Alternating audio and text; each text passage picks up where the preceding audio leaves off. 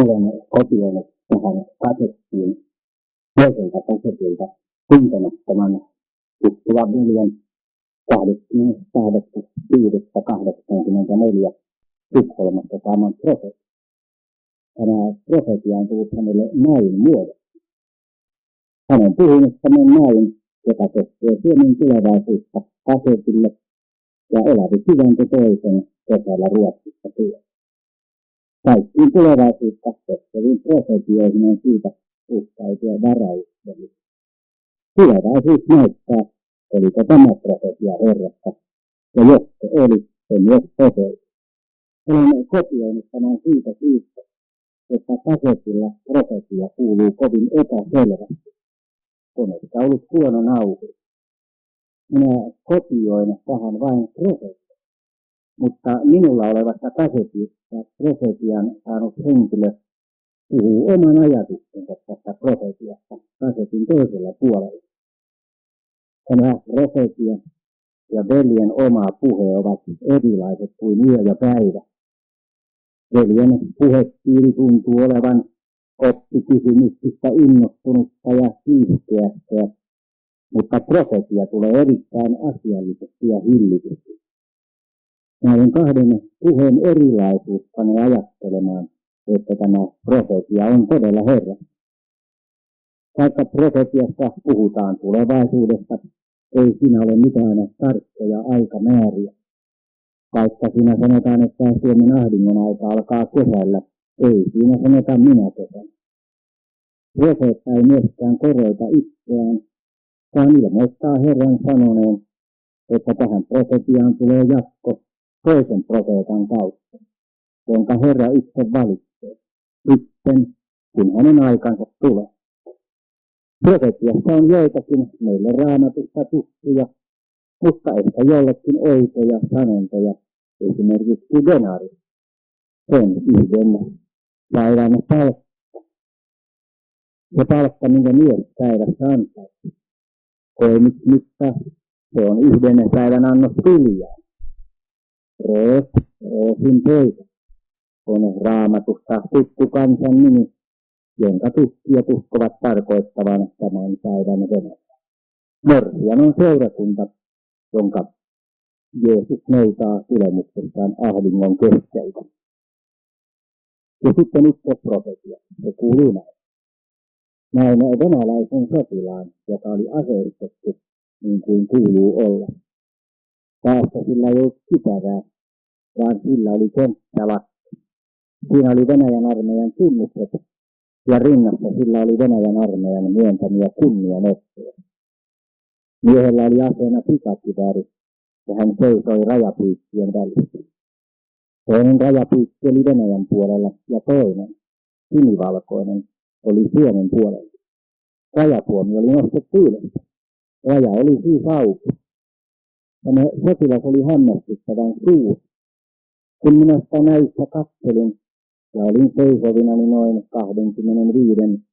25-30 metrin päästä kasvot sitä sotilasta kohden, niin minusta katseen sen sotilaan koko oli pitkästi yli 10 metriä. Sillä koolla haluttiin näyttää sitä Venäjän armeijan voimaa, mikä sillä on. Minä ihmettelin suuresti sen toisen kainalon alle tunnettua kangaspakkaa. Se oli olevinaan valkoista kangasta niin kuin iso purje, joka oli mytitty rullalla. Ei käännetty, vaan mytitty ja se oli kasa. Kun katsoin tarkemmin, niin siinä olivat siniset ja valkeat värit, joten sen täytyi olla Suomen lippu. Näkyä katsellessani minä kuulen seuraavat sanat. Koimislistan isuja denarin ja 3 koimistia ohria denarin. Älä turmele öljyä, äläkä viini. Tämä sanottiin Venäjän sotilaalle. Venäjän sotilas kuuntelee tämän sanan ja miettii, että hän on ymmärtänyt. Sen jälkeen Venäjän sotilaalle annetaan ikään kuin mittanuora. Se annetaan sen vasempaan käteen, sillä oikeassa on Suomen lippu. Venäjän sotilas saa käskyn kulkea määrätty matka ja merkitään mittanuoralla askelien pituudet. Joka kerta kun se astuu askeleen, täytyy nämä askeleet kirjoittaa ylös päiväkirjaan. kun se tulee siihen paikkaan, mihin se on määrätty ja mihin sen on lupa tulla, niin siihen pitää pysähtyä ja siihen se pystyttää Paavun merkitys, jota tähän asti on tullut. Se on Kymijoen rannalla. Siitä Venäjän sotilaalle annetaan suora tie nousta pohjoiseen. Venäjän sotilas kävelee reippaasti Kuopioon ja siitä Ouluun ja siitä Kemiin ja Tornion jokivartta edelleen. Sille sanotaan, tähän sinä rakennat leiri. Ja Venäjän sotilaalle annetaan paljon piikkilankaa rakennustarvikkeita, jotta se rakentaa siihen leirin. Jos kartalta katsotaan, niin se on noin 30-50 kilometriä pellon pohjoispuolella. Ruotsin puolella on vastassa Karunki, sitten Vittangi ja Vittangista suora tie Norjaan. Tähän minä huomauttaisin, että tässä on virhe. Paikka ei voi olla Karunki, vaan se on Pajala. Ja sieltä on todella suora tie Vittangiin, jotta valmistui 84 kesällä Iirunan kautta suora tie Norjaan Narvikiin.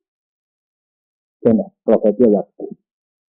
Venäjän miehelle sanotaan seuraavat ajat.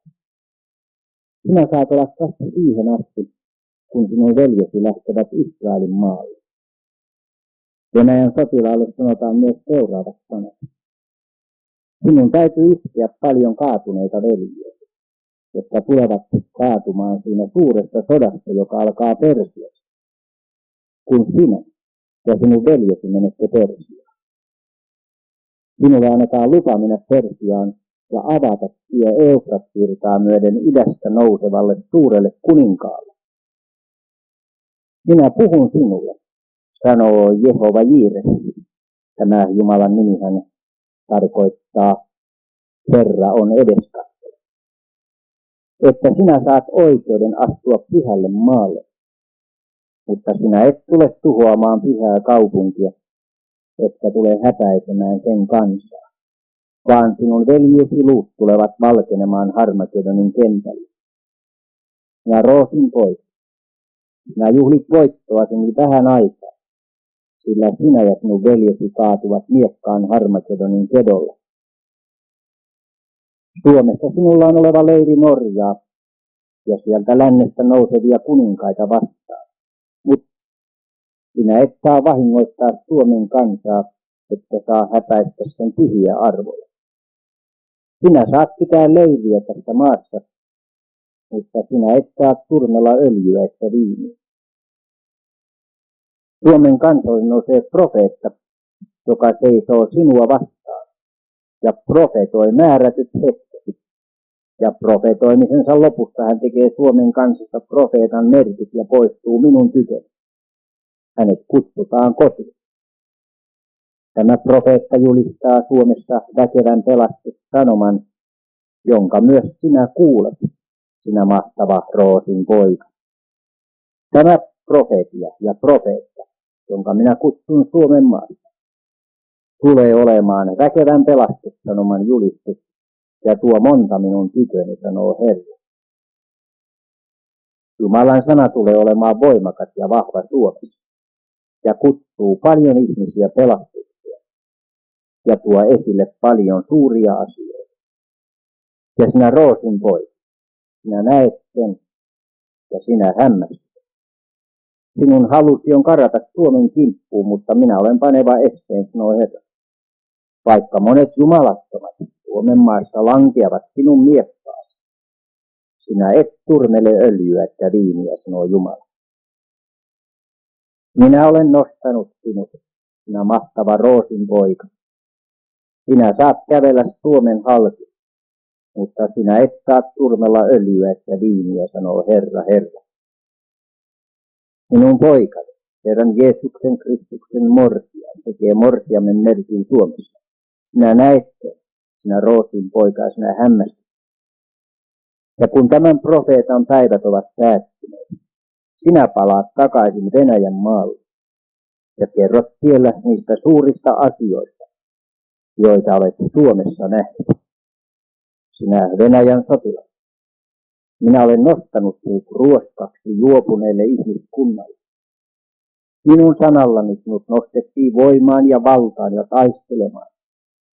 Mutta minun sanallani sinut myös kaadetaan, sanoo Herra. Sanoma Suomen kansalle on tämä, sanoo Jumala. Kun ahdistuksen päivät tulevat ja portti avataan idästä nousevalle kuninkaalle ja sen sotilaille, teillä ei ole yhtään ystävää Euroopassa. Teillä ei ole yhtään kansaa, joka nostaisi asetta teidän puolestanne Venäjää vastaan. Sinä Suomen kansa tulet olemaan yksinäisempi kuin talvisodan päivinä, mutta sama enkeli, joka taisteli teidän rinnallanne talvisodan päivinä, tulee taistelemaan teidän rinnallanne. Ja minä tulen huolehtimaan siitä, että se Venäjän sotilas, joka nousee teidän maahan, ei häpäise teitä, eikä ota, eikä turmele öljyä eikä viiniä. Ruokatavarat tulevat nousemaan arvaamattomiin hintoihin teidän maassanne. Koinikmittamisuja tulee maksamaan denarin, ja 3 koiniksia ohria denarin, mutta öljyä ja viiniä ei turmele. Öljy on Jumalan pyhä sana, ja viini on Jumalan sana. Teille jää vain yksi paikka, mihin te voitte paeta, kun ahdistuksen päivät tulevat, sanoo Jumala. Ja se paikka on Jumalan sana. Ei yksikään valtiota vastaan teidän pakolaisia. Te yritätte paeta Amerikkaa ja te yritätte paeta Kanadaa, mutta teitä ei oteta vastaan. Niin kuin ei otettu vastaan Israelin lapsiakaan Saksan ahdistuksen päivinä, vaan heidät palautettiin Saksaan. Niin tulevat länsimaat palauttamaan teidätkin takaisin kotimaahan. Sillä minä, Herra, haluan sen sillä tavalla. Ja minun tieni eivät ole teidän teitä. Mutta joka turvaa minua ja pysyy minun sanassani, hänellä on leipää ahdistuksen keskellä, ja hänellä on lepo minun sanassani, sanoo Jumala. Sillä eikö teidän päivänne ole minun kädessäni, sanoo Herra. Enkö minä ole Jumala ahdistuksenkin päivä? Tämä on sanoma Suomen kansa, sanoo Herra, Herra. Sinun on tehtävä parannus murhissasi, velhouksissasi, salavuoteissasi, varkauksissasi, aborteissasi ja hillittömästä haureudestasi. En minä kysy, haluatteko te tehdä parannuksen, vaan minä sanon, sinun on tehtävä parannus. Mutta te ette tee sitä. Enkö minä, Herra, paaduttanut Faaraon sydäntä, näyttääkseni voimani Mooseksen kautta? Minä, sama Jumala, paadutan Suomen kansan sydämen, että te ette tee parannusta velhouksistanne, haureudestanne, salavuoteilustanne, irstauksistanne ja aborteistanne ja kaikista niistä kauhistuksista, joita te teette minun nimeni ja minun kasvojeni edessä. Mutta pyhät tulevat loistamaan ahdistuksen keskellä niin kuin lamput. Ja yksikään teistä, jotka olette minun omani, sanoo Jumala, ei joudu hukkaan, sillä minä, Herra, Herra, olen sen niin päättänyt. Suomen kansa, minä olen kutsunut sinua niin monta kymmentä vuotta. Talvisodan raskaina päivinä te rukoilitte minun edessäni. Jokaisesta kirkosta nousi rukous minun kasvojeni eteen. Ja ne rukoukset ovat muistossa rukouksen maljassa tänäkin päivänä. Ja jatkosodan raskaina päivinä, kun veristä uhria kannettiin Suomessa, te rukoilitte minun edessäni. Te kannoitte rukouksia kärsivän kansanne kohtalon minun eteen. Minä muistin teitä ja minä siirsin teidän kohtalon hetken. Mutta nyt hyvinvoinnin, rikkauden ja yltäkylläisyyden päivinä. Te kirkkojenne etumaisina olevat, heidän tehtävänne tuntuu olevan häväistä minun sanani. Te riitelette perinnäissäännöistä ja opista, ja te vainoatte niitä, jotka ovat yksinkertaisia totisia rukoilijoita. Te olette purkaneet jokaisen käsky, jonka minä olen antanut. Minä sanoin, älä tee huorin. Te teitte huorin kaikilla alueilla. Kun minä sanoin, älä tapa. Te tapatte viattomia, syntymättömiä lapsia, 25 000 vuodessa. Kun minä sanoin, älä varasta, niin te varastatte toisilta. Te varastatte yhteiskunnalta ja valtiolta. Ja valtio varastaa teiltä. Kaikki te varastatte toinen toisilta. Kun minä sanon, älä sano väärää todistusta lähimmäisestä. Te todistatte systemaattisesti joka päivä väärin teidän lähimmäisestä. Kun minä sanon, älä himoitte lähimmäisesi huonetta. Te himoitsette lähimmäisenne huonetta. Kun minä sanon, muista pyhittää lepopäivä. Te ette pyhitä lepopäivää, vaikka teillä on aikaa levätä. Te käytätte minun pyhäpäiväni ja sabattini viekkauden ja haureuden harjoittamista. Se on noussut minun eteeni kuin löysky. Tänä päivänä te häpäisette sitä Jumalan viljaa, joka kasvaa teidän pelloillanne. Mutta huomenna te maksatte koinnismitasta nisuja denari ja 3 koinnistista ohria denari. Ja denari on noin 100 markkaa. Köyhillä ei tule teidän keskuudessanne olemaan leipää, sillä rikkaat piilottavat, mutta ne, jotka ovat Kristuksessa Jeesuksessa, heille katetaan pöytä ahdingon keskelle, sanoo Herra, Herra. Suomen kansasta nousee minulle profeetta, sanoo Jumala. Hän profetoi lyhyen hetken, mutta hänen profeetan merkkinsä on niin suuri, että se sokaisee jokaisen vastaan väittäjän. Minä olen Jumala, ja minä olen tämän asian puhunut. Sinä minun palvelijani siellä Tukholman kaupungissa, jolle minä olen antanut tämän profeetan. Älä pelkää julkaista tätä profeettaa. Laske tämä kasettina ulos niille ihmisille. Ei sinun tarvitse lähettää sitä koko maahan, vaan muutamille ystäville, että he kuuntelevat sen ja kertovat siitä eteenpäin. Sinä Jumalan valittu kansa, minä sanon sinulle. Sinä Jumalan valittu, joka asut Suomen maassa ja olet minun poikani Jeesuksen Kristuksen morsia. Sinä et tule kokemaan ahdistuksen hetkeä niin raskaana kuin kokevat ne, jotka eivät ole minun poikaani tunnustaneet. Minä suojelen sinua morsia. Minä varjelen sinua morsia.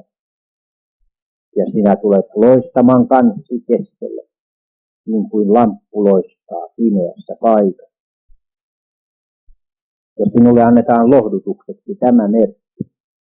Koiniksmitta nisuja denarin ja 3 koiniksia ohria denarin. Mutta sinulta ei turnella öljyä eikä viiniä.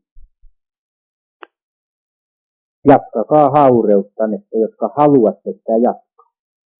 Sillä näin sanotaan pyhässä kirjassa, pyhät pyhittyvät, mutta taastaiset taastuvat.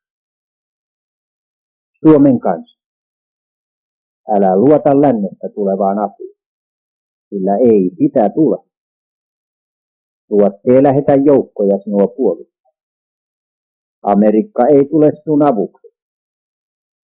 Länsi-Saksan armeijat ovat lyödyt ja hajalla. Minä näin Länsi-Saksan sotilaiden iskevän maasta polvillaan. Teillä ei ole yhtään ystävää. Ainoa, joka teitä voi varjella ja suojella, on minun poikani Jeesuksen Kristuksen sovintoveri. Ja sen te olette ylen kattoneet ja jalkoihinne polkeneet. Vain morsia, minun poikani morsia. Sinä olet ulos kutsuttu ja sinä tulet seisomaan, kun muut ympärilläsi kaatuvat. Tämä profeetia ei ole tarkka, sillä siihen tulee vielä jatko. Laajempi ja selvempi profeetia tulevaisuudessa, mutta se lasketaan sille miehelle, jonka minä olen valinnut, seisomaan profetian kanssa Suomessa ahdistuksen aikana. Tämä profeetia tulee kertomaan Suomen kansalle ne ahdistuksen ajat, jotka ovat tulossa. Nämä alkavat kesällä, sillä sinulle palvelijani Tukholmassa näytetään vihreitä puita. Sinä kerrot sen sanan, että Suomessa nousee profeetta, joka julistaa minun sanani, ja morsian ottaa vastaan sen sanan kuulevin korvin. Iloitse minun sanastani ja seisot sen kanssa. Minä, Herra, tiedän teidän kärsimyksenne ja ahdistuksenne määrän, mutta yhtään ylimääräistä kyyneltä ei morsiamen tarvitse itseä. Suomen kansan rukoukset, niiden vanhurskaiden rukoukset, jotka Suomen maassa asuvat, ovat muistossa minun edessäni. Yksikään Jeesuksen Kristuksen oma ei joudu tappiin. Yksikään, joka Jeesuksessa Kristuksessa on, ei joudu häpeään, vaan hän tulee seisota, ja kun minä näen hänelle hyväksi, hän saa irroittaa aurasta kätensä. Ei niin kuin vihollisen voimat vaativat, vaan niin kuin minä olen sallinut. Taistelujen päivät ovat tulossa. Israelin veljet, teidänkin aikanne on tulossa. Kaikki te, jotka luotatte ihmisen apuun, te tulette näkemään sen turhaksi. Mutta Israelissa nousee profeetta, joka julistaa minun sanani. Suomessa nousee profeetta, joka julistaa minun sanani. Ja myös sinä, pieni palvelijani Tukholmassa. Sinä, joka et ole ollut minun tahtoni esteenä. Myös sinä saat tehdä sen osan, mikä sinulle valitaan. Sinun aikasi ei ole vielä tullut. Sinä et tule tekemään suurta työtä. Sinä tulet olemaan sellainen, miksi minä olen sinut määrännyt.